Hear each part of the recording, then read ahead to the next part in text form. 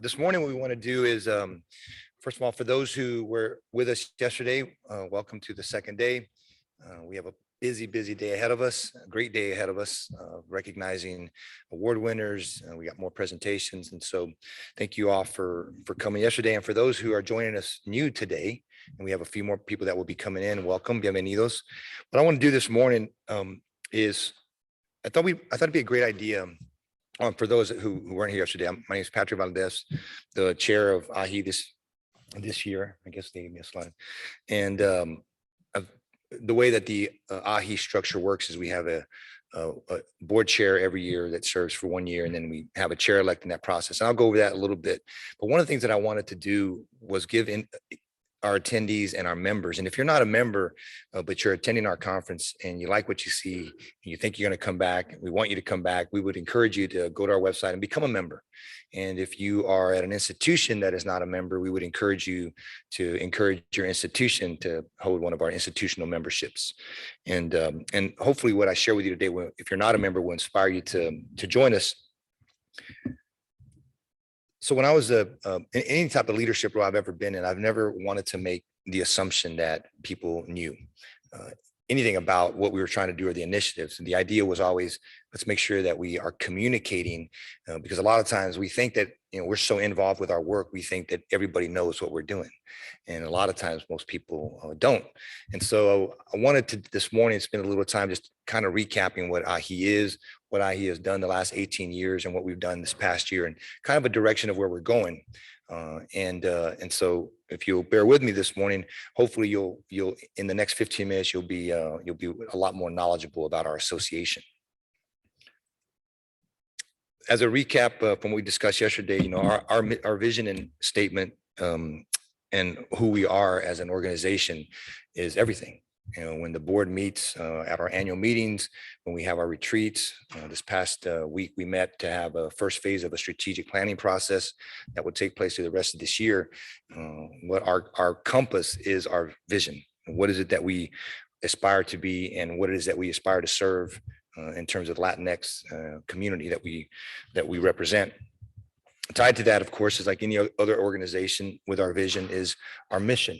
And our mission, and then our core values. And I'm not going to read these entire slides to you because I believe that you can follow along. But the point is that we do have a compass, and these are in some ways static documents, but they're also active statements. There are statements that we revisit, and certainly over the last 5 years, with everything that's happened and the way that things have evolved around diversity, we want to be responsive to the JEDI work that's being done out there, and we want to be responsive to our Latinx communities. And so our vision, our mission represents those things. So while these are also, as I said, static documents, they're also active. We review them to make sure that we are in fact representing all of the needs of our community.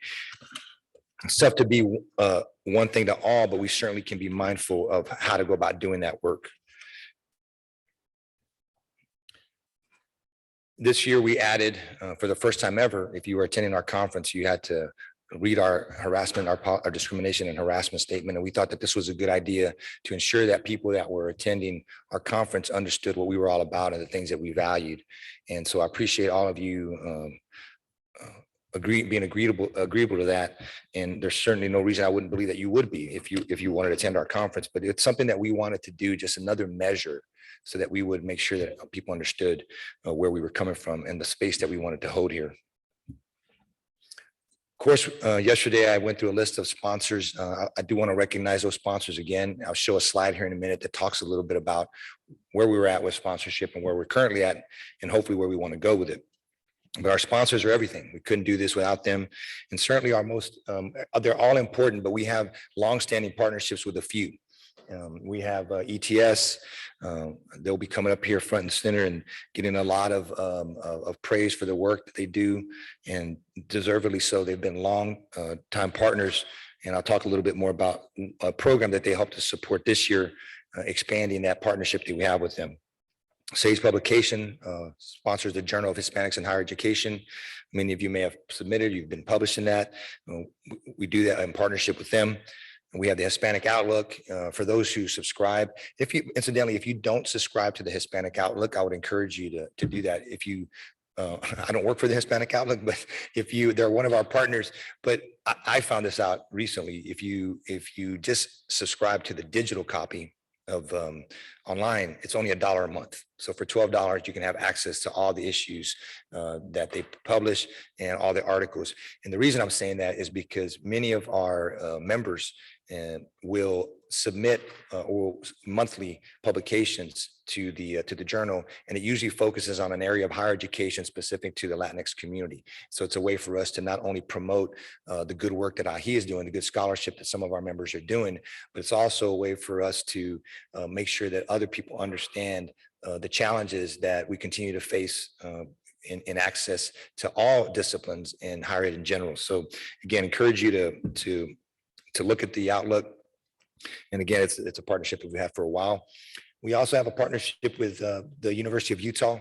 We do a new leadership academy. And this is a partnership that actually started at the University of Michigan. And then from Michigan, they had a change in leadership. And so we moved over to the University of Utah. So we're very thankful to have that. And again, one of those places you would think, well, what would of all places, like the University of Utah, to have a partnership to do a new leadership academy, but they were interested in doing it. And we felt like what a space, and certainly a part of the country that we knew Latinos were at and wanted to go. And I believe Amy is here from yes. So we have Amy Fulton, who is the director of the NLA, is with us. So thank you so much for being here. Let's give them a round of applause, actually. Let's give all of our sponsors a round of applause.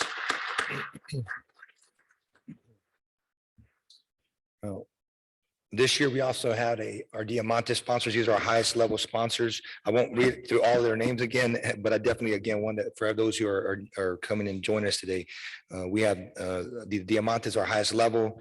After that, and these are just follow in order. We have our Esmeralda sponsors. We have our, University of Texas. We have our Amber Conference sponsors, again, Ohio State. Just kind of look at the names of the institutions that are becoming members, are not those, that are sponsoring us. They're not always those that you would assume. And so we're very proud of that. And we also think that just, as we all know, shows, that Latinos are showing up in all parts of the country. These are our Jade sponsors. These are our Onyx sponsors. And these are our Tuquerza conference sponsors. We named these this year, by the way. We didn't do this before. We added these names.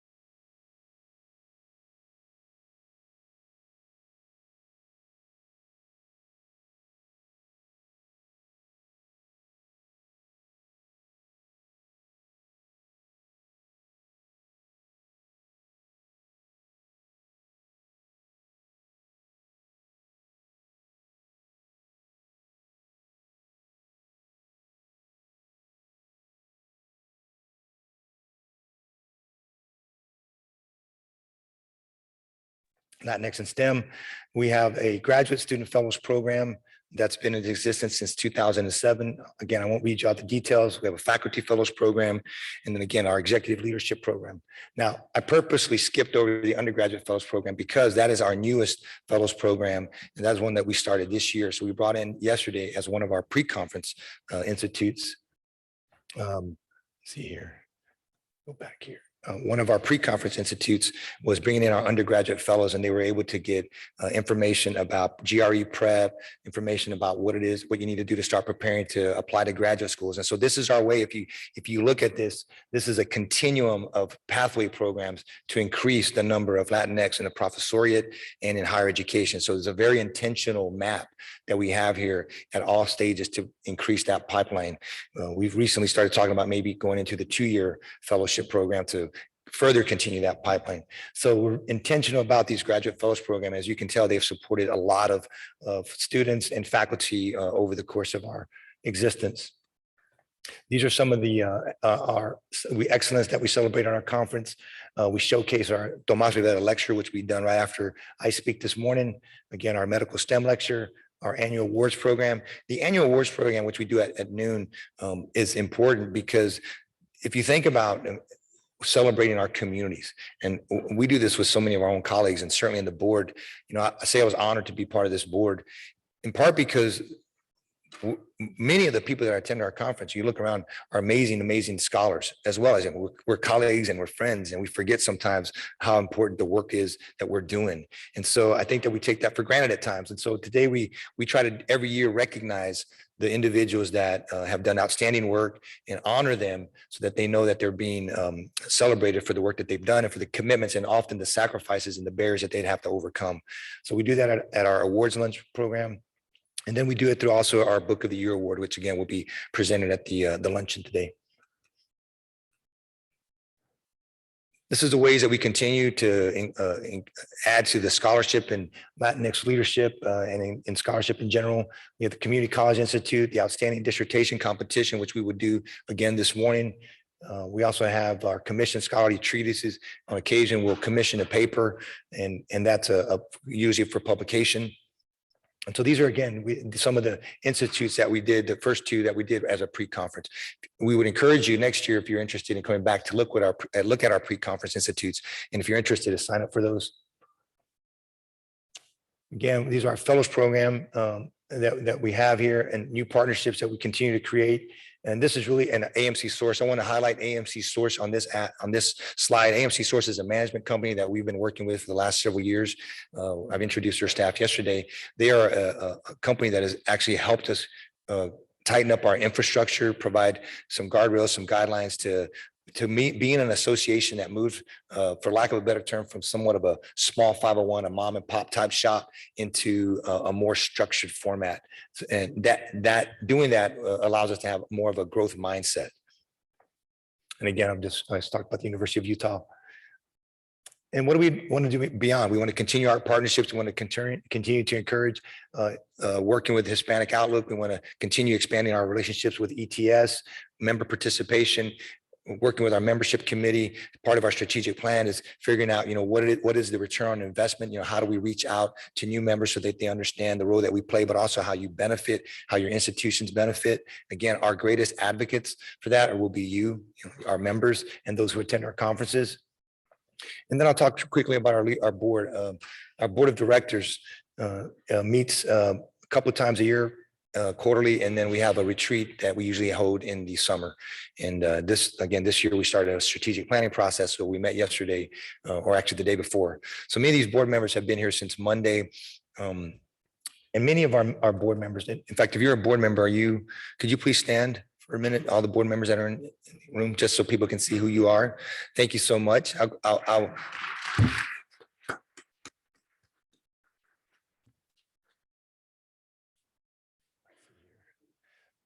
So this is just a graph to show our conference sponsorship. So you can see there that in pre-COVID, we were up at about 60,000.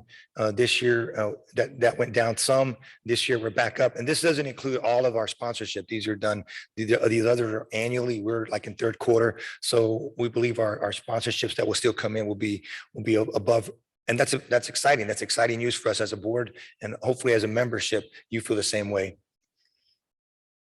Our job board. So we've always had a job board in the last few years because of the JEDI initiatives, because the universities have been wanting to reach out to the Latinx community to hire more. We've seen a real surge in our job board. So again, I would encourage you. I have friends that call me up and say, "Hey, we have a position. Would you mind sharing it with the network?" And I'd say, "I don't mind, but go to our job board too and share it on there." So I would encourage you to do the same. If your institutions are looking for Latinx staff, faculty, to look at our job board to post. It's also a real good source of revenue for the organization as well. So just wanted to show that has been active. Again, this is not for the entire year, so we're going to exceed the expectations from this year.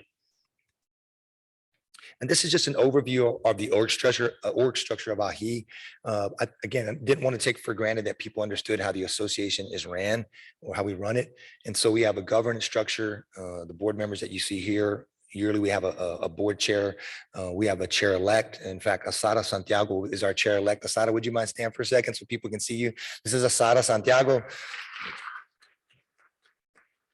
She is our chair-elect, so she will be assuming the chair's position July 1. We have a past chair, Dr. Victor Saenz. Victor, would you mind standing up? Both Dr. Saenz and Dr. Santiago have been members of AAHHE for a long time, very close to the association. And so the way that the association runs is not only through a board, but we have several member committees and standing committees. All of these committees here meet actively, and all of them are chaired or co-chaired by volunteers, by all of our members. If you are a part of a membership, if you are part of a committee or chair committee, could you please stand and be recognized if you serve on any of these committees or if you have? See who's here. So that means that there's lots of people who are going to be lining up to volunteer, right? And so it's definitely a working board. And we recognize that, and the excitement of the annual conference is being able to come together to give ourselves a minute to recognize all the work that has been done on behalf of not only the vision and the mission of our association, but also in the goals that we have to increase the professoriate and higher and staff and support students. And so again, didn't want to assume that people understood how our association ran. And so we meet actively. We have the chairs weekly, the past chair, the current chair, and the chair-elect meet every week with our AMC Executive Director, Lucia Gutierrez. Dr. Gutierrez, you probably met her at the registration table. She's behind the scenes and she works with us and runs the day-to-day operations of the association in close working relationship with me, Victor, and Asada on a weekly basis. Every other week, we meet as an executive committee. If you're a member of the executive committee, could you please stand? Because I'm not sure who's here. So are any EC members here? Victor's here. I'm here. So we have an executive committee that also meets every other week. And then again, we meet as a board, and then the committees have their own individual breakouts. These are our board members that represent us. And we, in the last, we serve a 3-year term, and you can serve up to 2 3-year terms. We do a call for nominations. We've expanded the board over the last several years. If you can tell, 60% of our board directors are identified as female. And so we're very proud of that. And we have a representation of Afro-Latinidad on our board. And we've been very intentional about making sure that the people that are on our board and when we invite for nominations are individuals who represent the whole of our, the diaspora of the Latinx community. And so we're very proud of that, of doing that. And we're always evolving. And that is something that if you look around, for those who have not been a part of AAHHE for a long time, as opposed to those who have, there have been a lot of changes that have been made intentionally about the awareness and the recognition of serving all of our communities and representing all of our communities. And this is something that is top of mind and something that we're always doing, and things that we always ask our memberships to also help us with. One way is to be involved in committees, and the other is just to attend our conferences. And as I close, as I said, we do have board members who are who serve and then term out. And I want to recognize one of our board members who's finishing up her term this year, Dr. Patricia Perez. Could you please stand just to be recognized for a minute? Dr. Perez.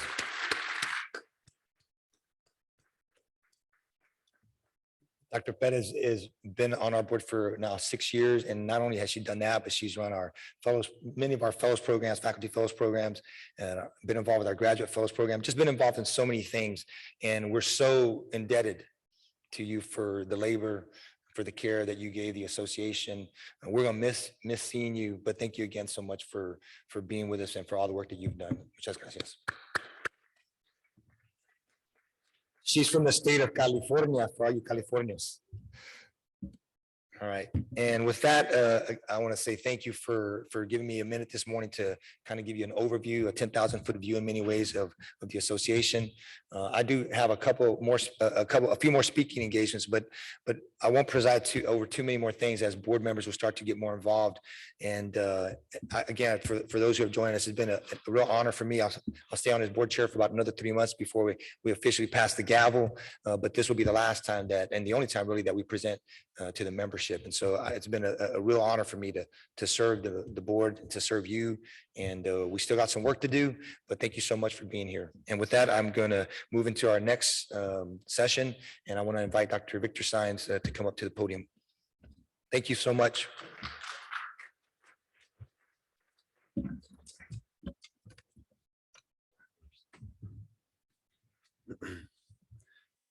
Buenos días.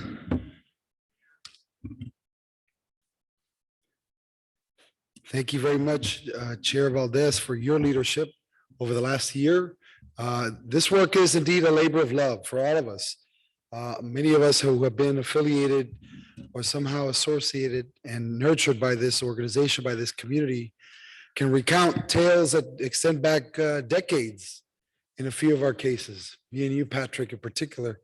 But the reality is, just to build on Dr. Valdez's points about the history of this organization, is that it extends back 4 decades. We've been around 18 years as a nonprofit, as a 501c3, but really the work itself extends for decades.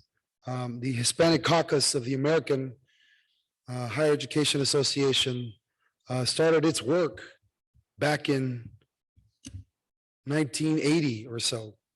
And that organization that if will caucus within AAHE is now AAHHE. It became AAHHE 18 years ago when that group dissolved, in other words. And we kept the legacy going. Our forebears who helped to create AAHHE include various different illustrious leaders, Latinx leaders in higher education, some of the first ever presidents and chancellors, men and women who pioneered, who really paved the way for so many of us. And I know on whose shoulders we all stand today.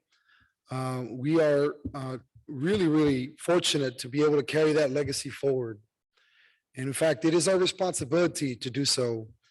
And one of the ways that we do that is through the Tomás Rivera Lecture. For the last 2 decades or so, we've been so fortunate to partner with the Education Testing Service in this work. ETS has been a stalwart partner to AAHHE from the very beginning. The Tomás Rivera Lecture is one of the ways that we partner with ETS. They have helped to support and finance and underwrite this particular series going back 2 decades. But as I said, this is an example of one of our legacy efforts that was really originated by the initial form of this group, the Hispanic Caucus.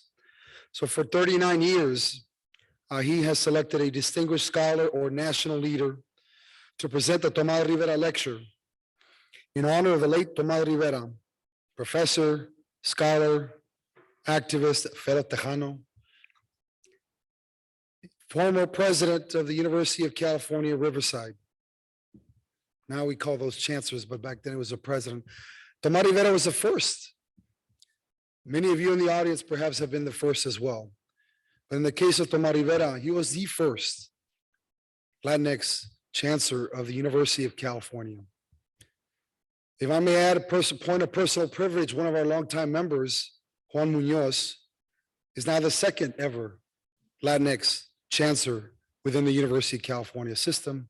I don't think Juan is with us here today, but it took almost 35 years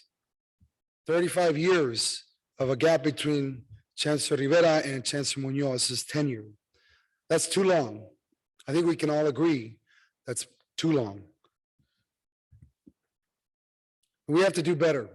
And this is exactly why organizations like AAHHE exist, to help build and cultivate and nurture that pipeline from within all of our communities. And the Tomás Rivera Lecture and his legacy truly embodies the spirit of what we are trying to do and accomplish and will continue to do as an organization into the future. As I said, Tomás Rivera was born in Texas to farm laborers, Mexican immigrants. Neither of his parents had any formal education. He attended Southwest Texas State University, now known as Texas State University in San Marcos, where he received a Bachelor of Science, a Master of Education in English and Administration, later graduated, unfortunately, from the University of Oklahoma. But anyway, he actually was, as a Chancellor of UC Riverside, actually, that was his second stint as a campus CEO. His first was at the University of Texas, El Paso, back in 1978, where he actually became one of the first ever Latinx presidents within the UT system. So a true pioneer in that regard and in many, many others. Throughout his life and career, Tomás Rivera was highly active and engaged in a variety of different humanities, liberal arts, and social service organizations as a volunteer, as a board member, as an activist. And truly, that is the spirit of the Tomás Rivera Lecture to this day. To capture and to invite leadership, talent, innovation, and more importantly, voices that are truly at the vanguard of our community and helping to shape and forge opportunities for the future Latinx students and community members in higher education. And to help introduce our Tomás Rivera Lecture today, I'm going to invite our ETS partner to the stage. Dr. Jamal Watson is an educator and historian and currently serves as the Executive Director of the Center for Advocacy and Philanthropy at ETS. He's also an endowed professor and on the graduate faculty at Trinity Washington University. Some of y'all might recognize the name Jamal Watson because for many years, he was the longest serving editor at Diverse. Some of y'all know it as Diverse Magazine or Diverse Issues, which continues to be, in my view, the premier source when it comes to higher education youth with respect to communities of color in post-secondary education. And so as the longest serving editor of that particular outlet, he was responsible for helping to elevate the voices of so many within our communities across this nation and continues in that role now in the role around advocacy within ETS. When Dr. Watson joined ETS a couple years ago, and I was there for it, we were among the first phone calls he made, reaching out to AAHHE, to our board members and leadership to say he would continue the longstanding partnership and in fact, double down in that investment in that coalition that we have built together with ETS and indeed also with Diverse when you were at Diverse as well. And this is what this work is about, ladies and gentlemen, to find like-minded, mission-driven individuals who are organizing in common cause for our respective communities and recognizing the common struggle as well in the spirit of our this year's conference, of course, La Lucha Sigue. Without any further ado, please help me welcome to the stage Dr. Jamal Watson.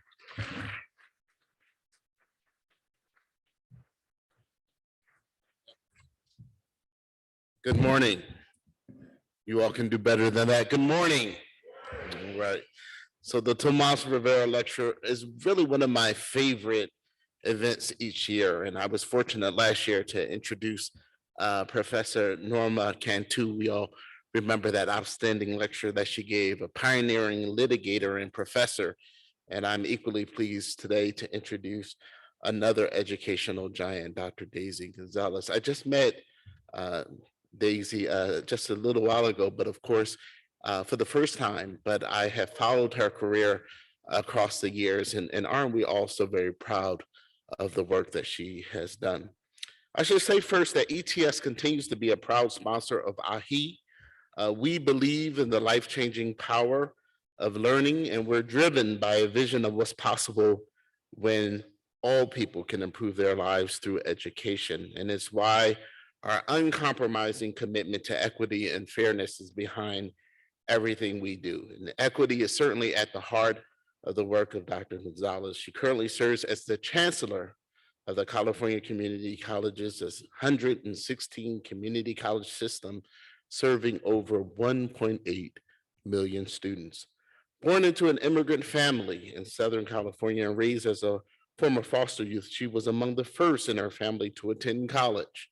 She continues to break barriers as the first Latina and the second woman to serve in that role. Let's give her a round of applause for that.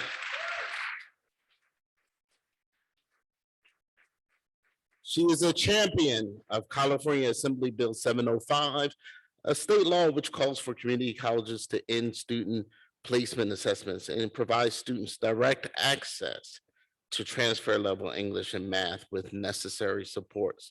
In 2018, Dr. Gonzales oversaw the system's adaptation of a new funding strategy that supports student equity through intentional and strategic targeting of funds to districts serving low-income students.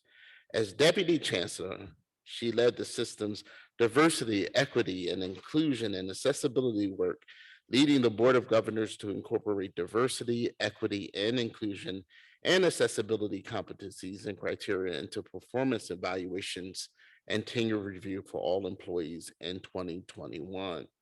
Prior to 2017, she's held various roles as a dual immersion third grade teacher, as a budget consultant for the California State Assembly Budget Committee, as principal consultant for the Assembly Appropriations Committee, and as associate director for policy analysis for California education.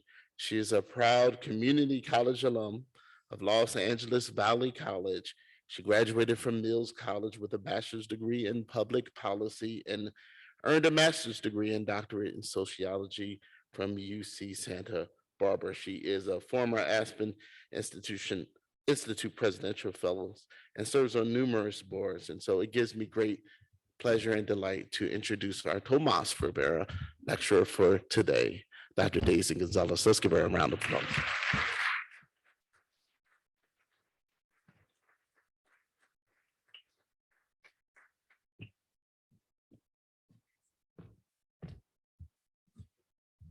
Good morning. Good morning. I wore the same outfit for you guys. I'm kidding. That was 5 years ago, and I think I've aged like 10 years. Good morning. It's an honor to be here with all of you. I wish I could move around, but I know that we are filming, so you're going to probably see me up here kind of fidget, move around, but know that I am a recovering researcher. I will admit that. I spent most of my formative years in higher education, and I wouldn't be here if I had not earned a higher education degree, period. And I know that that is true for many of you. But today you just get me. I am not Chancellor Gonzales, I am just Daisy. And it gives me a great amount of gratitude to many of you who came before me. I stand on the shoulders of giants. Eloy Ortiz Oakley, Tomás Rivera, Dr. Valdez, thank you for this invitation.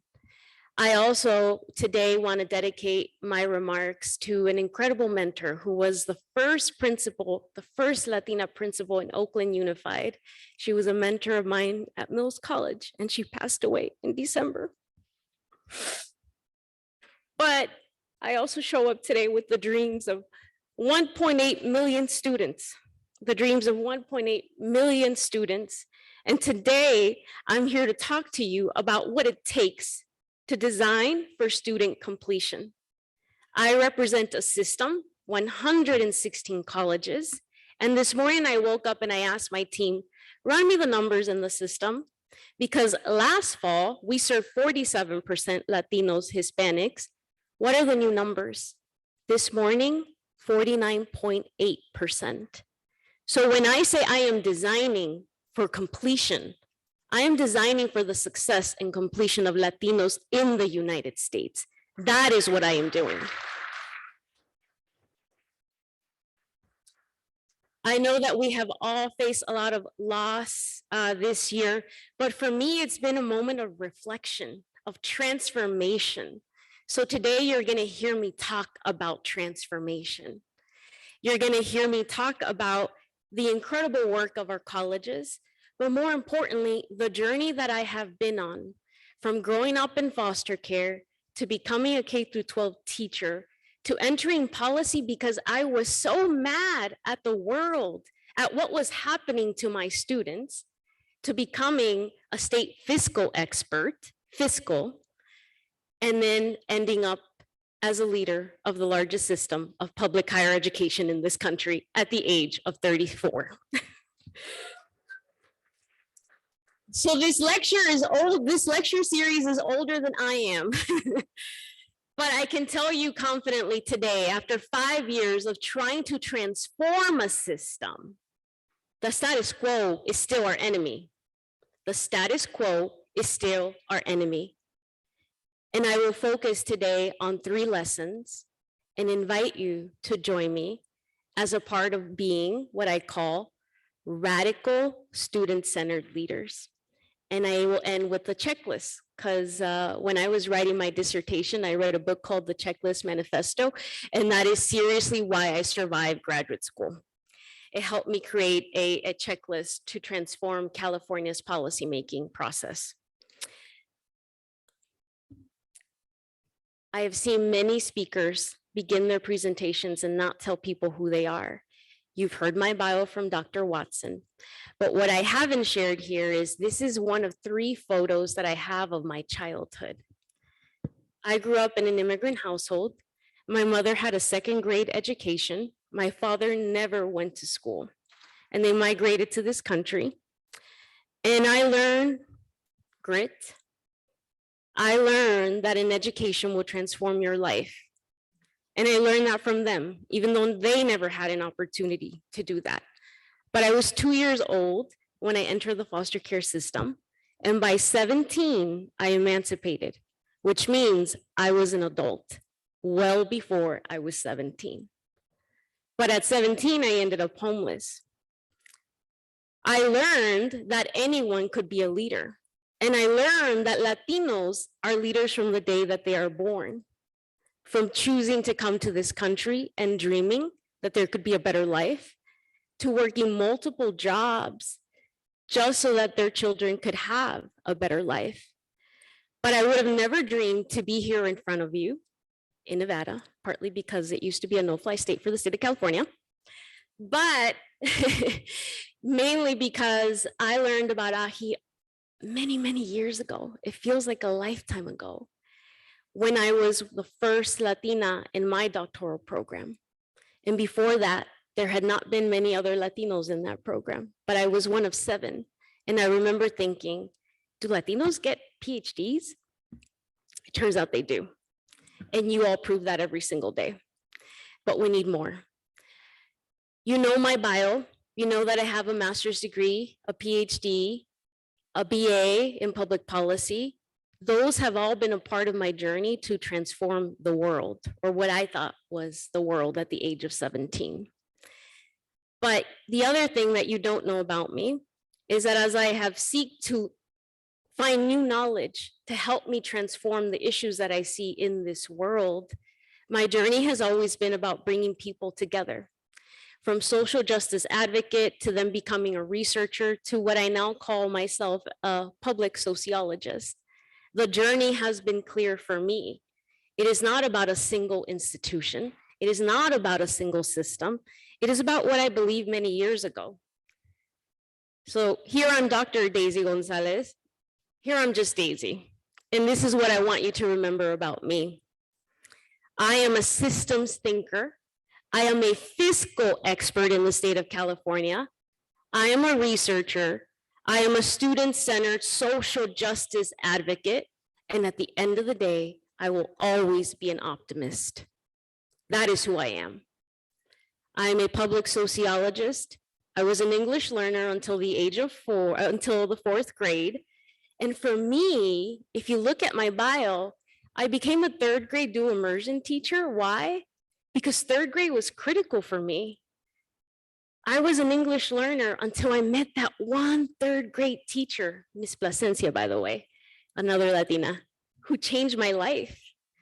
I also then married a Latino, a doctor now, who is a K-12 radical student-centered leader. And I love music. Hashtag Carol G, hashtag Shakira, hashtag Bad Bunny.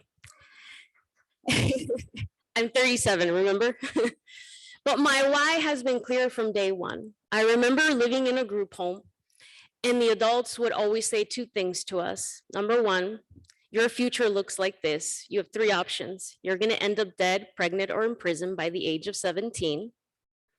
And two, we are in charge, not you.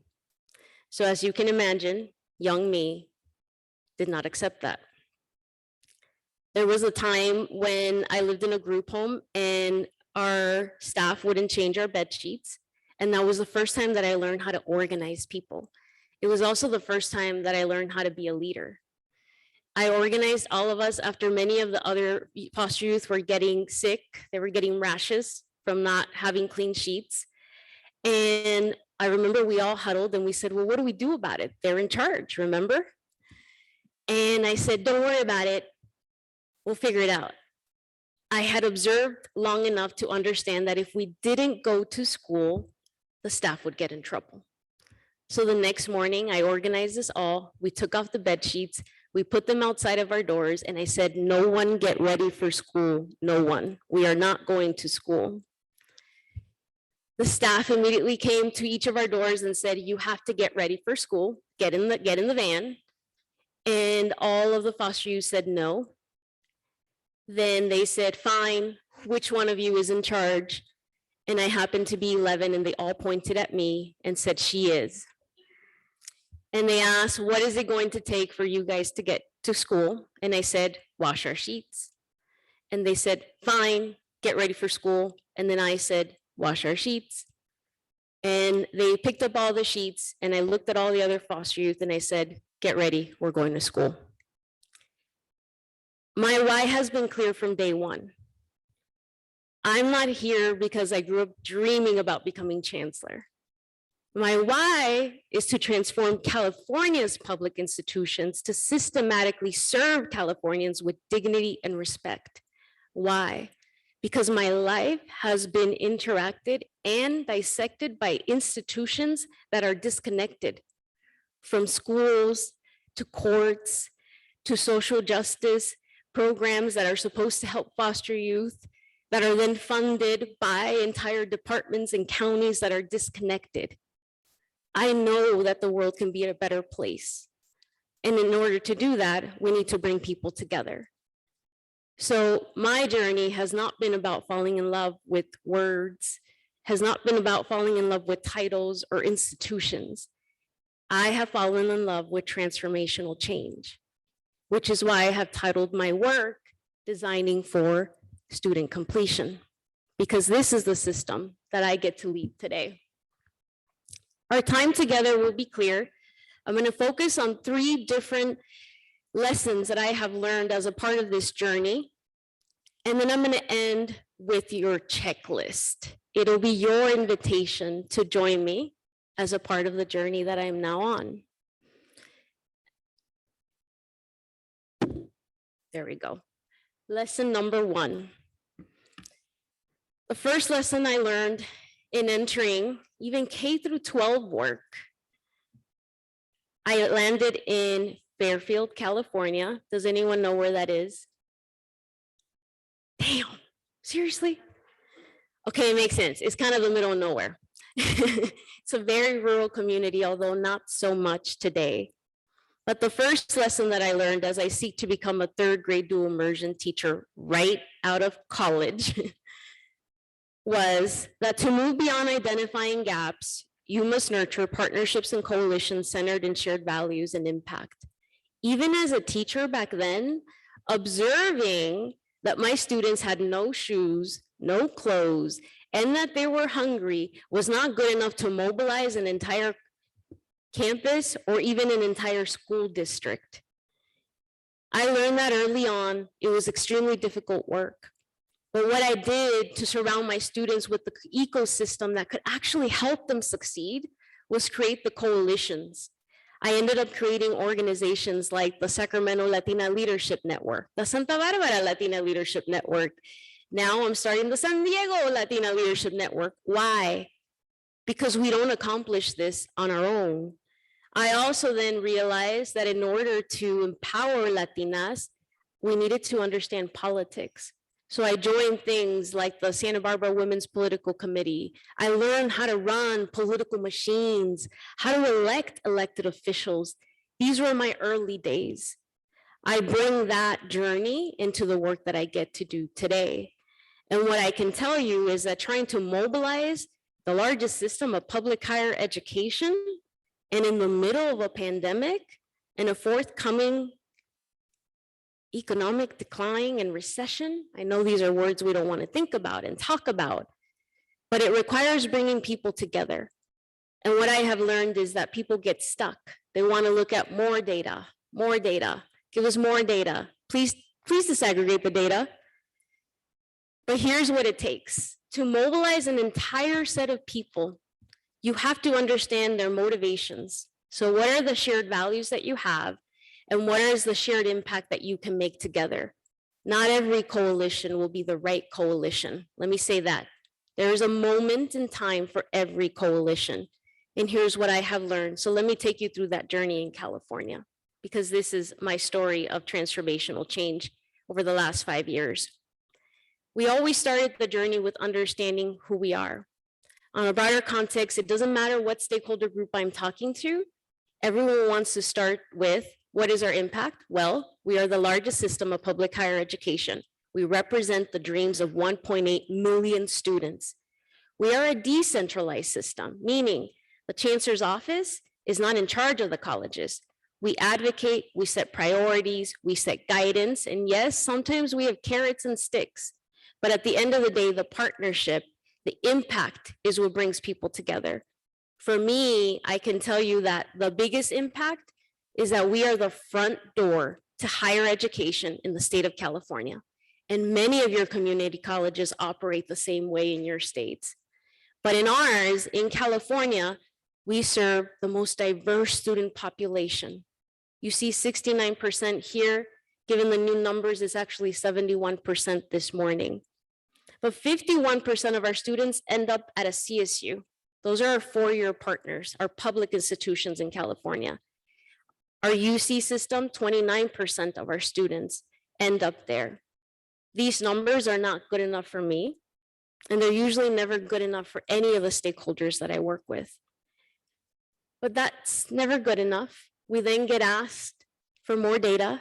And so this is where I go next, because it's not good enough for you to know that I serve the largest system. I need you to understand who is actually in our classrooms and why do we need to design for completion. I already shared with you that this morning, it's 49.8% Latinos, right? But here is who else we serve. For me, understanding that my students, that most Latinos, right, because that's who I serve, have to work one job or more. 74% of my students are part-time or non-credit. And when you ask them why, they are working one job or more. 70% here are students of color, which is why things like ethnic studies, diversity, equity, and inclusion, anti-racist campuses is so important to our work. It's also important is the fact that 66% of my students qualify for state and federal tuition, free tuition, or any other type of grants. 14% are non-residents, and that's the data that we have, meaning students that are actually reporting. 35% are first generation, which makes guided pathways even more important. 41% are adult learners. Why is that important? Because the traditional California student in my colleges is 25 years or older, which means that I need to design an education system that is meant to help them succeed. And if they succeed, their children succeed, and they will end up at our colleges. 64% are working learners, which is why paid work-based learning is so critical. Expanding work study to California community colleges is so critical. And 11% already have an associate degree or even higher, which means they're coming back from a workforce that is no longer reliable and they are being retrained. And so we have to adapt, we have to transform so that they can see a future and come out of our system with a better one. And 9% are duly enrolled. This is who I serve, but that doesn't help us fully redesign. I always show them this. This is pre-pandemic data of who we were leaving behind.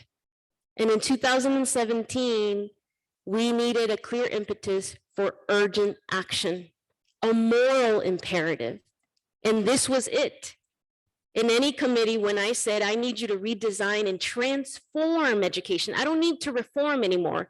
I need you to transform. What other data do you need than this? You are failing the majority of your students. And I know that it is hard to hear. I know that. But imagine what their lives are like every single day. So for those of you who have spent your entire lifetime trying to transform institutions, this has not changed for many years. But in the last 5 years in California, it actually has. And it has been because we have been able to look at data like this across stakeholder groups and say, we can do better. We need a coalition and we need to do better.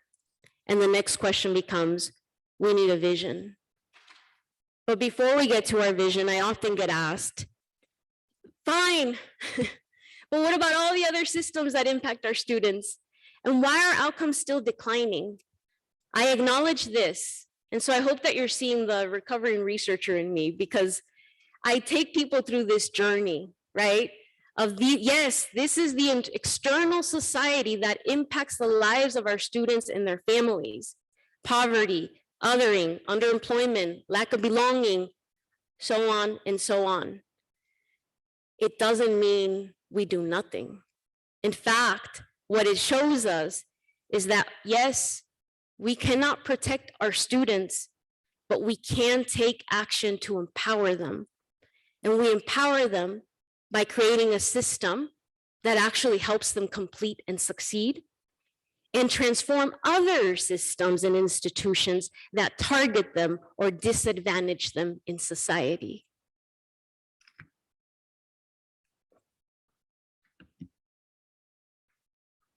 Sometimes you can't convince an entire room, and that is okay. Because remember, to move past equity gaps in your data, you just have to create a coalition with mutual values and impact. And this is where I typically end the journey of data.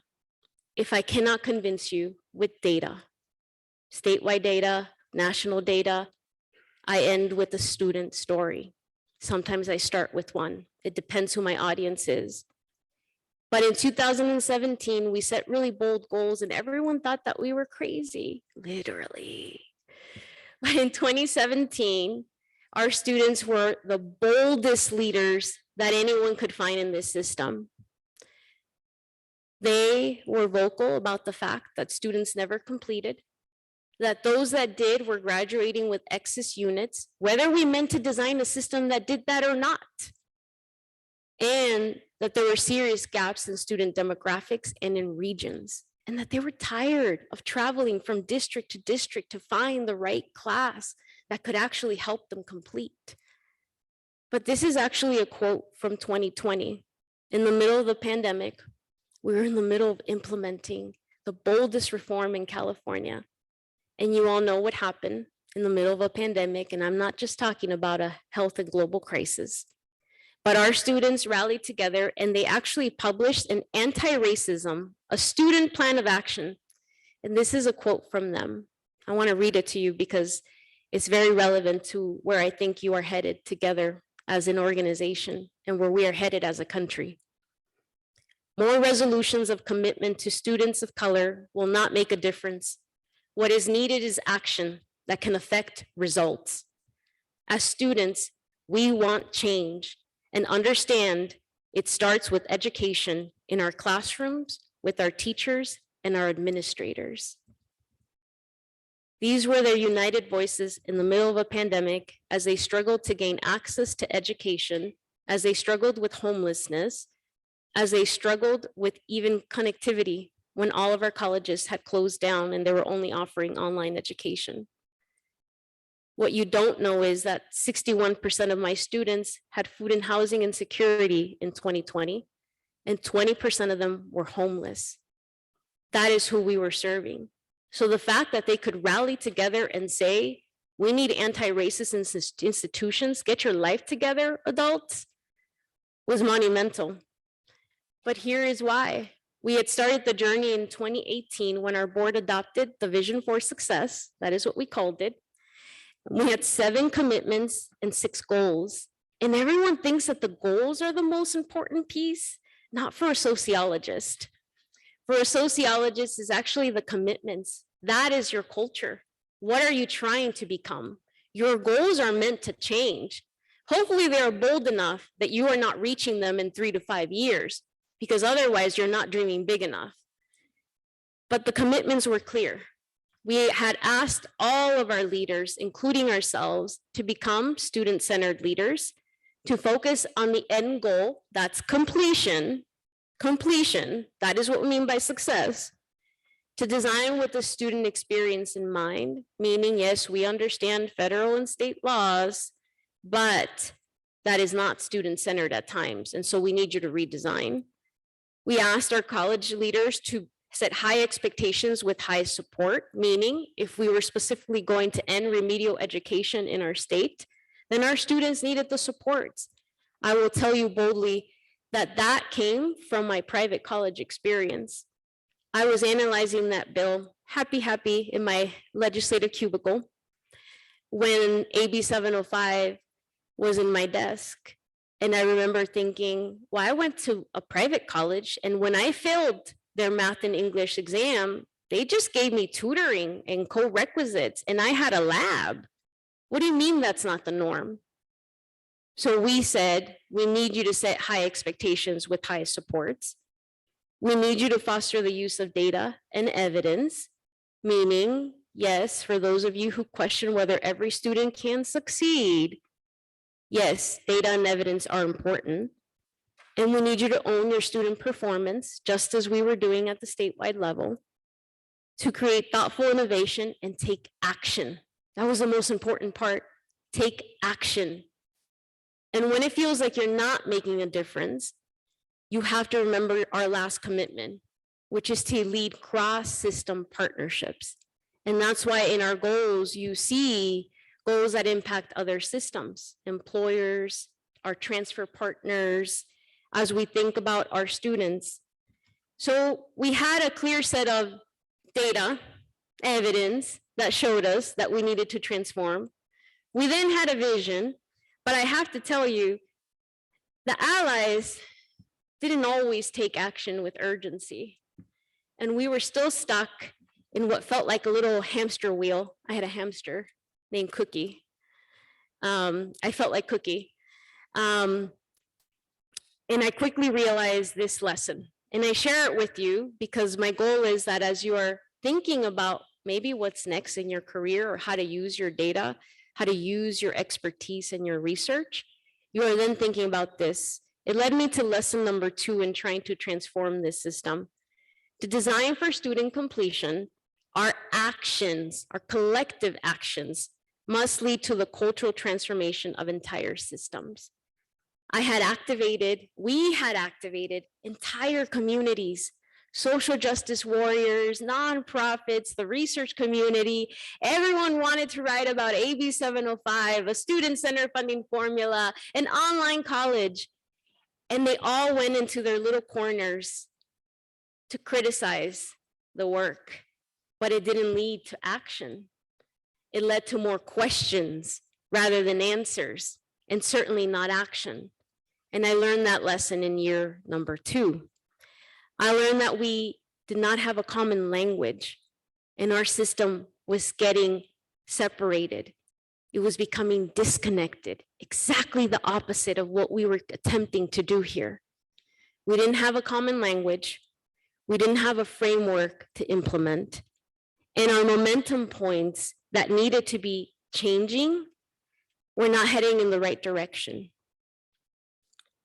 So we needed to make clear a couple of things. And I share it with you because I know that this is a journey that many of you have probably gone through, but I'm sharing the California story right now.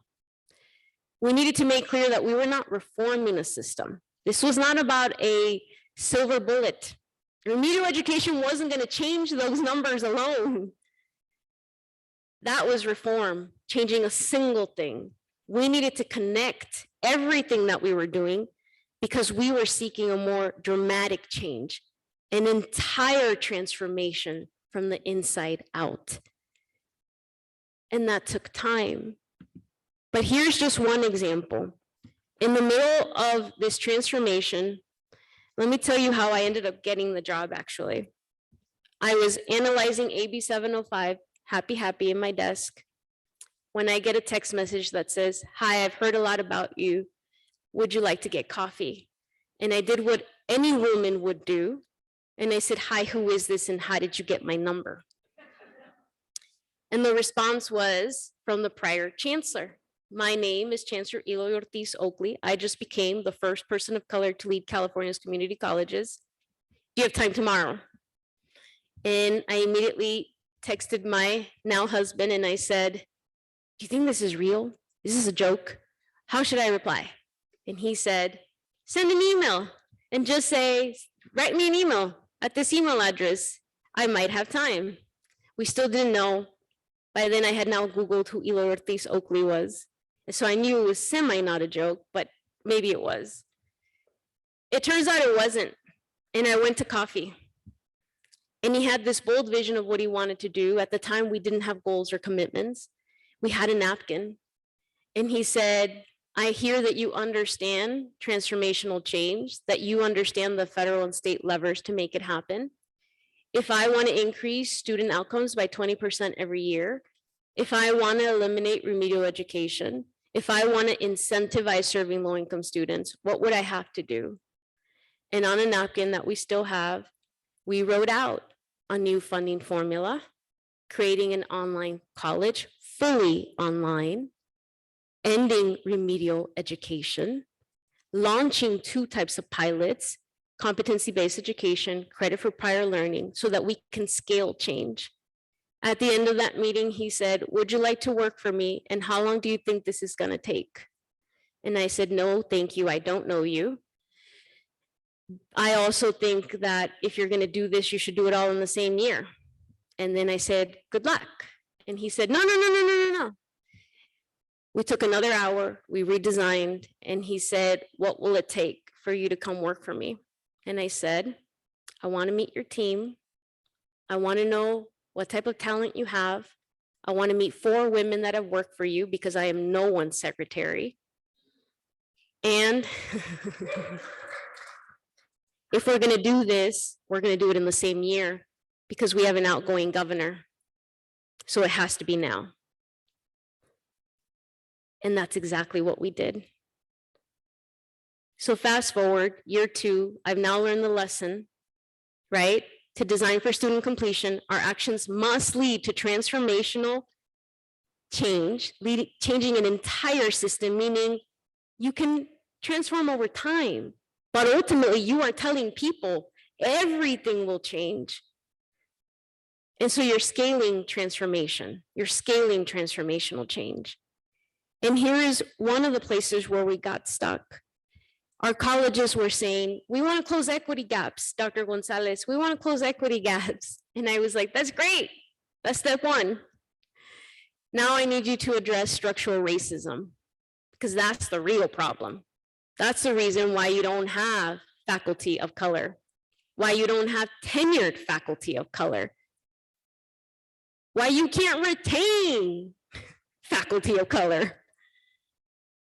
And then the work became, okay, great, we think we're addressing structural racism. We are all in 116 different places. And the bar has to get higher, you guys. Your bar is not fighting structural racism. Your bar is to become anti-racist institutions. Anti-racist institutions.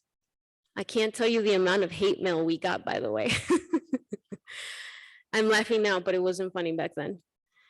But here's what it took for our colleges to then understand why we were doing this. We needed them to become anti-racist. We needed to give them a common language and a framework.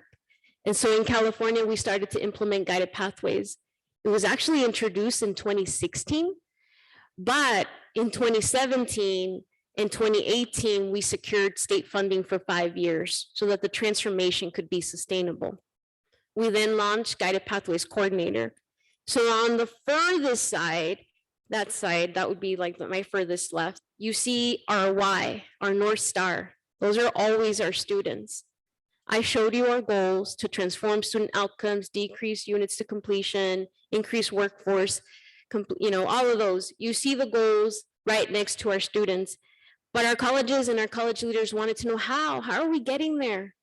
And that is what Guided Pathways did for California. As you can imagine, in the largest system, it became about implementing guided pathways at the district level. That was the real transformation. It wasn't about a single college. The work that we're in is then now connecting districts. So what is the statewide transformation with the guided pathways framework? And then the how was guided pathways, and then where. So then what are we exactly transforming? It was really important for us to have common language about tools. What are the tools that we have to enable a transformation? Well, you have policy connections, that is a strong lever, but that takes time. You have fiscal reforms, the way that you distribute resources. And I have an incredible mentor, the first woman state superintendent in California for K through 12, Delaney Easton, and she always says, budgets are statements of values.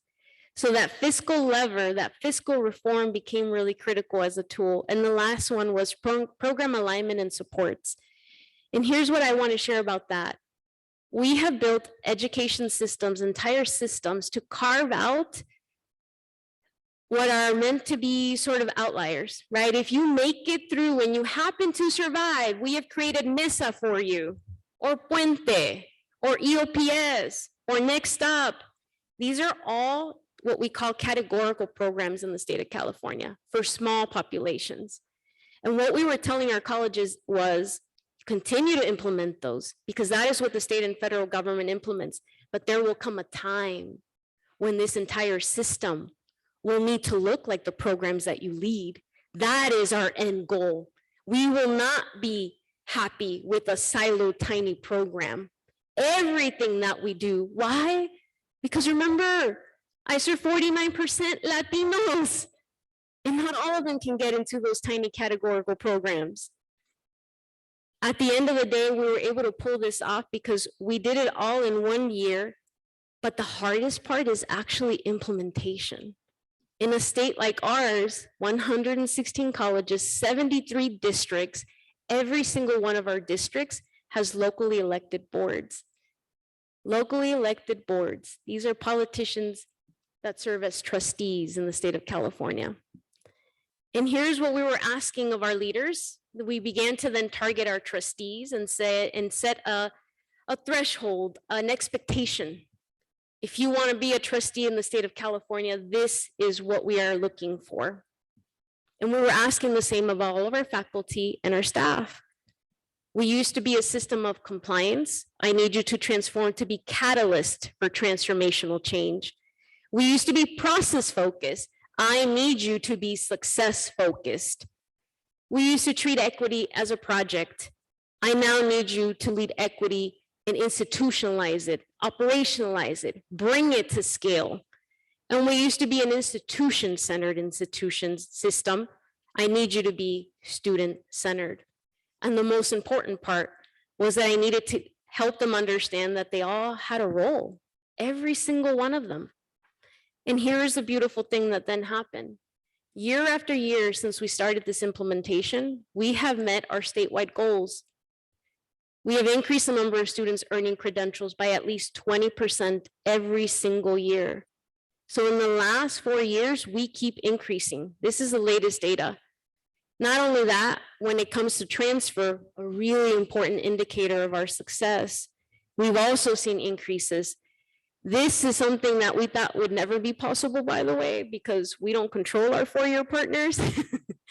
So we introduced different levers, associate degree for transfer, IGETC, and most recently, the baccalaureate degree program. That is new. There are 24 other states that also do this. But this was specific. Our goal was transfer to UC and CSU. And it increased year after year. I'm just showing you the latest data. And so a lot of folks were like, that's great, but why are equity gaps and regional gaps not closing? Well, remember, at the very same time, we had a pandemic, we had declining enrollment, and you all know as researchers, your numbers change. And we needed to mobilize and make sure that people understood that this was always about a transformation. It wasn't about meeting that goal that one year or implementing that new law that one time. No, we reminded them over and over again that it was about creating inclusive and anti-racist institutions, and that it didn't matter whether they posted it on a website or they adopted it into their mission statement or any type of statement in a public meeting. This is truly what the work was, which means the work is a big cycle. We needed anti-racist pedagogy and curriculum. We needed our classroom and campus climate to also be anti-racist. Being anti-racist then meant addressing the basic needs of our students. It also meant universal design, the way that we were thinking about counseling and student services, the way that we allocated resources. Believe it or not, that was actually the hardest part, not the anti-racist part. It was the fact that we were saying we need you to allocate resources differently. It was also about equitable hiring and streamlining accreditation. These are the folks that accredit our colleges and our state reporting. All of that has been a part of the journey. And I show you this slide because I have seen all the lectures of prior lectures that have had the honor of speaking to all of you. And we've all identified the same things. The only difference is I'm telling you that we are currently doing this and that it works, that it increases student outcomes. So now it's about bringing it to scale. It's about bringing the best minds and putting them in the right places. It's about every single one of you becoming college presidents, trustees, and maybe governors of each of these states, okay?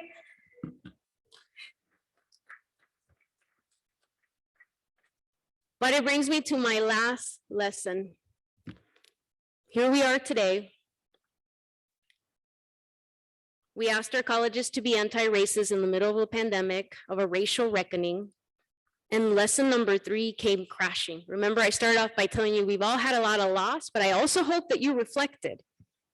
This is my reflection. Transformational change requires unapologetic action and intentionality to connect disjointed systems.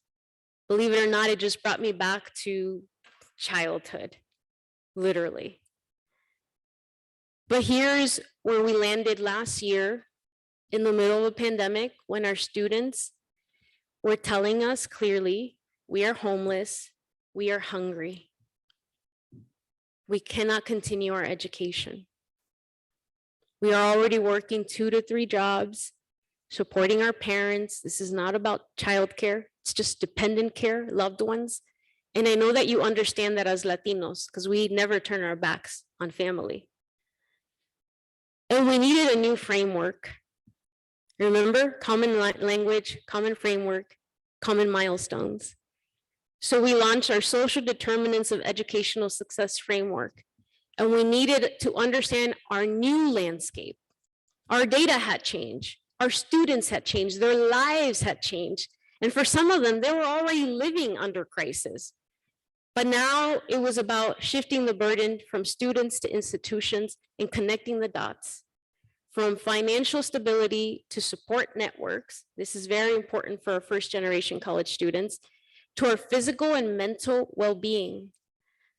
I went to the middle, I know I call it the middle of nowhere, but I went to beautiful Lassen, California. You actually have to leave California, go through Nevada to re-enter Lassen, because they're in like the forest. They had lost everything. A third of their community had been burnt down in a fire in 2021. And I remember arriving and telling my staff, I don't know that I can reach this audience. And there goes those assumptions, right? Like we literally all have assumptions and prejudices. And I said, I don't think my story will resonate with them. And they said, no, don't change your talking points. You've got to keep your talking points. I talked about poverty. I talked about growing up in foster care. And the first thing that a student said right after was, I also grew up in foster care. And yesterday I tried to commit suicide. And I realized that the rest of the room, I then asked, Is anyone else in this situation? And there were 5 other people who raised their hand. Poverty, suffering always unites us, which is why your conference theme is so important, and the streams. We are more connected than ever before because of the trauma that we have just experienced and lived.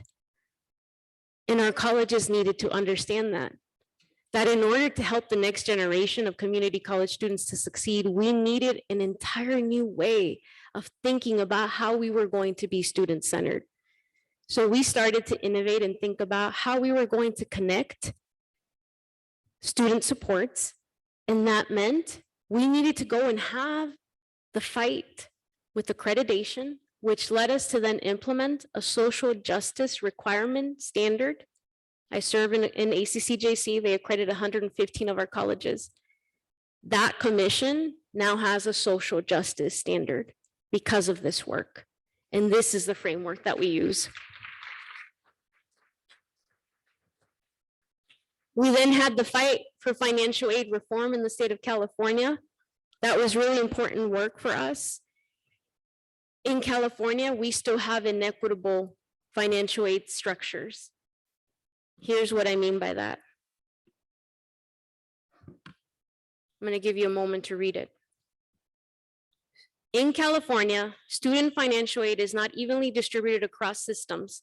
Community colleges enroll about two-thirds of California's undergraduate students, but receive only 7% of Cal Grant funds. When you talk about inequality and equity gaps, you don't need to look too far. So we had the fight with financial aid. We had the fight for mental health resources and secured mental health resources for our students. We had the fight for affordable housing. The state made a $1 billion investment, and all of our colleges can now qualify to build affordable student housing. We had the fight on transfer. We won that one too, by the way. So we went from a pilot to now every single California community college can now offer baccalaureate degrees as long as they're connected to workforce. And just last week, we approved the first 10 that were in cycle 1. So we now join an incredible set of states that are adding a whole new pathway for community college students. We also then had to go have the fight with a broader state because we weren't done yet. And what we did there was we convinced the state to align to our goals. I was asked in an interview actually by Hispanic Outlook, what is your plan for education? I thought that was funny because I think I was 35 at the time. And I said, my dream is to build a pathway from early childhood education to PhDs. And they said, why? Is that because everyone should have a PhD? And I said, no, because everyone should if they want to. If you build connected systems, our students can't complete and they can't succeed. This slide shows you that we need to do enrollment at scale in California. Our laws actually did not allow us to do that. There was actually a cap, and not a lot of people know that. And it was a researcher who pointed it out, by the way. Our researcher said, well, the state of California actually caps, only 20% of colleges can actually offer dual enrollment. That cap was removed last year. And as a part of removing it, the state has invested and they've aligned their roadmap, the state goals, to our goals. If you look at California's roadmap for the future of higher education, it is literally the vision for success. And we added this one because as we were going through this journey, dual enrollment needed to become a new pathway for our students. And one thing I can tell you is our work is never done. Just yesterday, we were colluding as a team of how we could turn all AP classes into dual enrollment classes, because that should be the transfer pathway to our students. That is what it means to remove the burden, to shift the burden from students to institutions. So I'm going to begin to close and just share with you, this is where we are. This is my call to action for all of you. For any undergraduate, I need you to finish your education. I need you to dream big. I need you to help us connect disconnected systems that are intentionally created that way. intentionally created that way. For the researchers in the room, our work, our implementation is different from the work that you lead, but you are more critical than ever before. In a period of transformation, the next cycle always becomes, well, you failed. And I can tell you implementation, the real journey is a 5 to 10 year journey. And we have seen it over and over again in transitions. After 5 years of implementation, was this the right direction?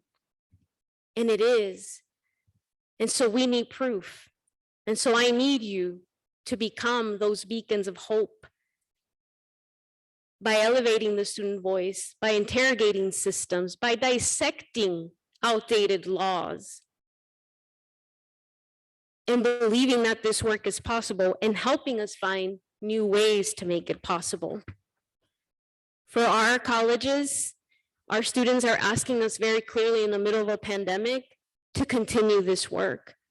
We did a statewide survey just last month. It completed 90,000 formally enrolled students and prospective students completed the survey. And 3 things came out of it. Californians don't believe college is affordable. And guess what? They're not wrong. We may have the lowest tuition, but we know what it takes to truly complete your education. Basic needs, housing, food, textbooks, technology, not having to work 3 jobs, childcare. They also wanted flexibility. Their current reality, remember, is that the majority of my students are working learners. They want to learn in person and online. They want high flex. And that means we all need to be flexible and transform too. And they also wanted better basic need resources. The number 1 request was childcare. That's where we're headed next. I started the lessons by sharing with you the partnerships. Here are the partnerships I'm launching in the next 6 months as the state and federal government comes to a close. I'm sharing this not because I'm going to read it to you, because I need you to understand that the creation of coalitions and shared values and impact is an iterative process to transform, to help students complete. We are never done redesigning. That is what truly leads to an effective transformation of a system. For me, SNAP, short-term Pell for students who are in workforce credentials, top priorities, DACA students. And at the state level, for me, we have the resources. It's historic record of investments, but that doesn't lead to action. More money doesn't lead to action. But what does is the radical work that you all know how to do. What does is elevating the student voice and remembering why we're here. I was inspired by your theme, La lucha sigue, and I shared it with my team and they were like, we should adopt it. And I was like, yes, we need t-shirts. And what caught my eye was this: as I'm trying to inspire an entire system after a post-pandemic reality, right, an endemic reality in the middle of a transformation, we still have a shared enemy, the status quo. I can't tell you the number of colleagues who have already said, great, let's just all go back to our colleges. I guess all of our emergency funding is ending, so we don't have to do any of that. No. Now we have evidence. We have evidence, we have outcomes. And this is our roadmap. I share it especially for those of you who are undergraduates because we need more research and I need more radical leaders that can help engage large coalitions, that can create collaborative spaces, that can help us build professional development, that can help us then communicate and provide the guidance. Those are very different skill sets that can build local and state and federal legislative support to then cultivating cultural change, and only then to remind folks that to scale it, to transform. We need to promote models and practices at colleges, even the ones that don't believe in this work. And only to then end with all of you. Evaluation and continuous improvement. So I need your organization to be strong. I need you to join me in being those radical student-centered leaders. And I'll end here. This is my checklist. And I want to invite you in 2023, no matter what role you play in this space, in the United States, at your college, in your classrooms, as students, there is a way for you to do each and every single one of these things. In fact, I'm going to say you already did number 8 because you came to the AAHHE Conference. You already invested in your growth. But then I need you to commit to the other 7 things. I need you to continue to elevate the student voice. You can do that. I see students here by volunteering for AAHHE. You can do that by completing your education and joining a state and federal commissioner board. I need you to help me, especially at the federal level, to talk about completion. We're all talking about enrollment, but the journey should never be about getting Latinos at the door. It's getting them out the door with a degree in their hand and a ticket to another institution. So in every conversation, I need you to center persistence and completion in every single conversation about enrollment. I need you to interrogate the systems and programs that are meant to serve our students, serve our families and our communities.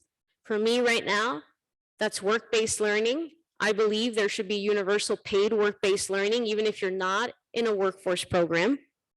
For me, it's financial aid. I need you to turn your research into action. You heard me say I'm a public sociologist. DACA, Pell, Perkins, DACA, those are all critical issues to our students, not just in California. And I need you to build the future of higher education. I know many of us have questions as to whether online education worked or didn't. I'm interested in that, but I'm more interested in how we can make it work, because that is what our students are saying that they need. And we need to listen. We need to listen and redesign. We need to lead in every single way, whether it's writing an op-ed, and force this entire country to be anti-racist. It may not happen in my lifetime, but we all have a role to play. And we need to empower our students and families by creating on-ramps. The real work for us in California is creating the pipeline between non-credit to the credit side of our houses in community colleges, from dual enrollment to baccalaureate degrees, and improving our associate degree for transfers. But there are many more on-ramps that we need to build, and I need your help. So I've talked enough. You've heard my journey. I hope you all took a picture of this. If you didn't get my email, I'm always recruiting. I need the next generation of transformational change agents. I need radical student-centered leaders. I can teach you how to do this. What I cannot give you is the heart and the grit to believe that it is possible. Everything else I can teach you.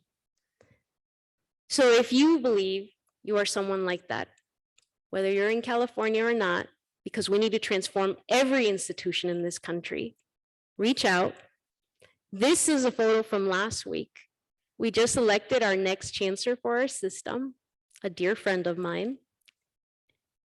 Today is Women's History Month, although it's always Women's History Month, because every day a woman shows up to a room, we oftentimes are the first, and every day we persist is Women's History Month. But this is Dr. Sonia Christian. My board is now, all the top leaders are women. The majority of my team are women, women of color, doctors. If you believe in everything that I just shared, or you believe that the world could even be a better place, and you don't know how to make a difference, I'll end by telling you that believing is making a difference. Not giving up is making a difference. Believing that you are powerful enough to make this world a better place, that is the future. But if you want to join my team, send me an email. Thank you.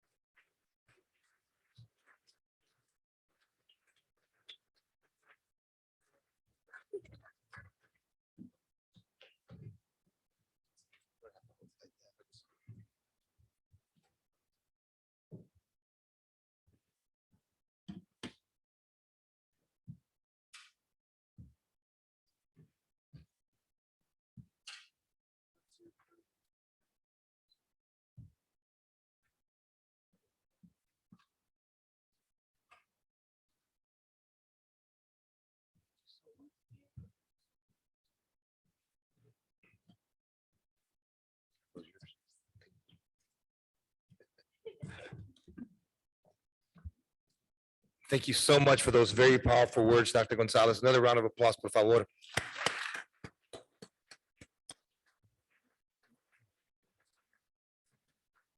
Thank you so much for sharing Dr. Gonzalez with us and the powerful things that you are doing. But I think we can all agree that we're also very thankful that you shared Daisy with us. So thank you so much for that story, the power that you shared and the power that you, hopefully the knowledge that you create continues a long legacy of very, very powerful Tomás Rivera lectures that we've had.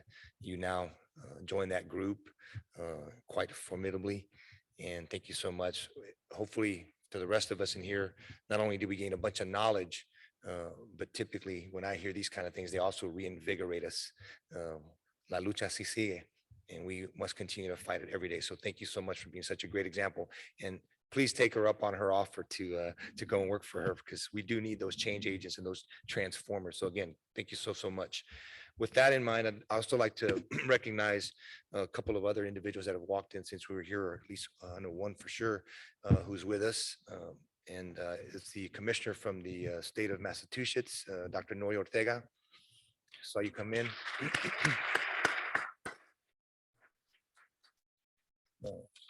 Noe stopped in yesterday to our student support summit and our community college institute, and shared a few words about his journey into the community. And so thank you so much, Commissioner, for being here with us and for also joining all of us here to show that as Latinos, the power that we have in this country, and more importantly, the heart that we have with that power. So again, muchas gracias. Also want to take a minute, because so much of this conversation has been about pathways and supporting the next generation. I've identified a few times our fellows programs that we have, and we recognized the fellows yesterday. And so if you are an undergraduate fellow that has joined us, would you please stand?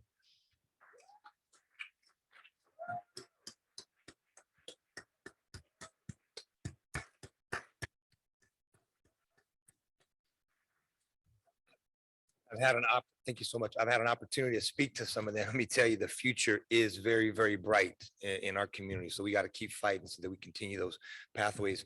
Also want to recognize the sponsor, the person who helped support that program is one of our board members, Monique Posada. Monique, thank you so much for the work that you've done there. And as I mentioned earlier, ETS has been a huge supporter of that. So thank you again, Dr. Watson, for that support. Also want to recognize our fellows, our graduate fellows. If you're here, could you please stand? Graduate fellows are there.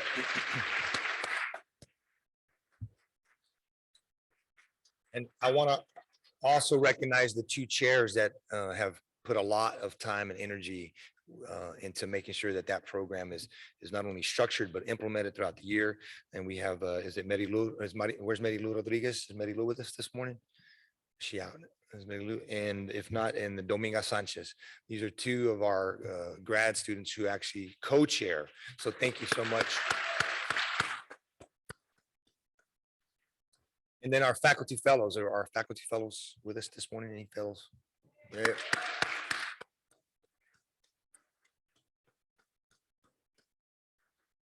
I want to recognize the two co-chairs who support that program, and also their dedication, their hard work, Dr. Jose Aguilar Hernandez and Dr. Marcela Aguilar. If you're here, could y'all please stand?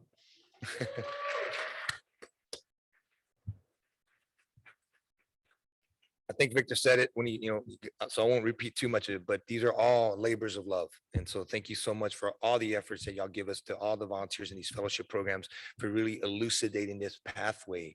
And we are the definitive organization in the US that creates this sort of pathway. There are many who contribute and who have opportunities, and we need to continue collaborating with them. But let's also be clear that this is what we do as an association, and this is what we have always done. And in that spirit, I want to introduce our presenter and our co-chair of our outstanding dissertation awards and our competition. And he's been doing this for us for so long, and we're indebted for you're going to talk a lot more about it, so I won't say too much, but David, thank you so much. Let me be official, Dr. David Garcia. Thank you very much. So I am excited and it feels good to be back with the AAHHE community. But I want to say something just so that we understand, because Victor and Patrick talked about, we can talk about the history of this organization. But I want to just remind us that communities don't just happen, they're built. They're built. They're a conscious effort by everybody who comes together to build community. And I hope for all of you who are new to AAHHE, who are walking in the door for the first time, you take advantage of that while you're here. Meet somebody, shake somebody's hand, because there's some amazing expertise and history and assistance and commitment in this room. And if we're going to build our community here, if we're going to build our community in the way that Daisy has inspired us to, it means you've got to get out there and shake those hands and meet those people and let them know who you are. And with that, I want to thank somebody who has been part of this community and who has, no exaggeration, been part of the academic journey of dozens of Latino scholars across the country. And that is ETS and Jamal, and the longstanding work and commitment that they have had to emerging scholars and Latino scholarship through AAHHE for, I can't even count the number of years, Lenora before Jamal. And if you want to help build this community, shake Jamal's hand, ask him what ETS does, tell him what you do. And I think you're going to find somebody who is going to be committed to you and is committed to our community. So Jamal, thank you very much in advance for all your commitment to the Outstanding Dissertation Competition. Thank you very much. So let me tell you why I do this. This institution is here because of scholarship. The institutions that you are at are here because of scholarship. It is our scholarship, and as Daisy said, happy working in a cubicle. A lot of us, that is our happy. Sitting down, doing work, reading, writing, researching, crunching numbers, telling stories, because we are committed to our scholarship, and we are committed to working on the issues and in the communities that are important to us. This committee, our committee, is another labor of love. What we do, just to give you an example, is we had 38 dissertations come in for this award from outstanding work done throughout the country. And of those 38, they give us a short form of their dissertation. It's about 20 pages. And all of those are read and scored. That's a lot of pages, by the way. Then we chose 8 of them, that we asked for their full dissertations. And our committee, do we have a slide for the committee? Is it up here? There we go. Our committee read every single one of those dissertations start to finish. And we did the amazing fun work of coming together and talking about the merits of those dissertations and why the dissertations should be recognized with the Outstanding Dissertation Award. And after a considerable deliberation, after a lot of discussion, we always have a difficult time. It came down to 3 that are being awarded today. Now they're going to come up, we're going to shake their hands and take a picture, but you're going to get a chance to hear from them beginning tomorrow. Each one of these dissertations is going to have its own session tomorrow. Please take a moment and join those sessions. There is a theme throughout all of these dissertations in every single one of them. They are written, the narratives in these dissertations this year are incredible. It's almost as if you're reading a novel in these dissertations. Those of us who've been around academic writing enough to know, or if you've read it enough, it kind of has a formulaic approach to it. That is not what you're going to hear in these sessions tomorrow. You're going to hear some scholars who have gone out to communities and have done such a beautiful job of bringing the voice of those communities forward as part of their scholarship that we were honored to recognize them. So with no further ado, Jamal, invite you up here, and we're going to invite our winners to come up, starting with, I believe, our 3rd place winner, Beatriz Maldonado. Beatriz, are you out there? Come on up, please. Beatriz from the University of Illinois at Urbana-Champaign. Beatriz, congratulations. Thank you. Thank you. You want to come which way?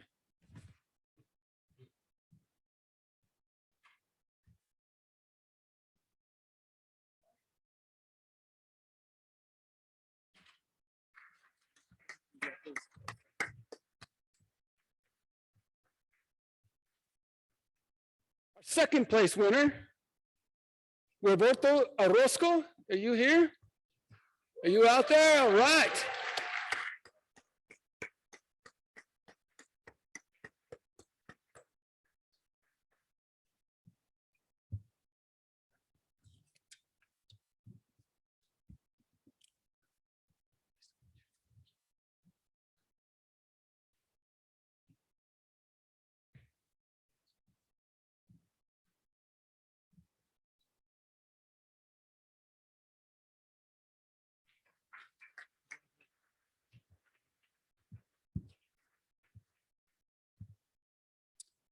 And then our winner, Rosalina Godinez. Rosalina Godinez from the University of California, Berkeley, who I believe is joining us by Zoom. Is that correct? There she is. Rosalina, congratulations. Felicidades. Thank you. Congratulations. Thank you. Again, you're going to get a chance to hear from them. Take a moment to do this during the session tomorrow. Thank you very much. And thank you again to ETS. Congratulations to all of our winners. Thank you.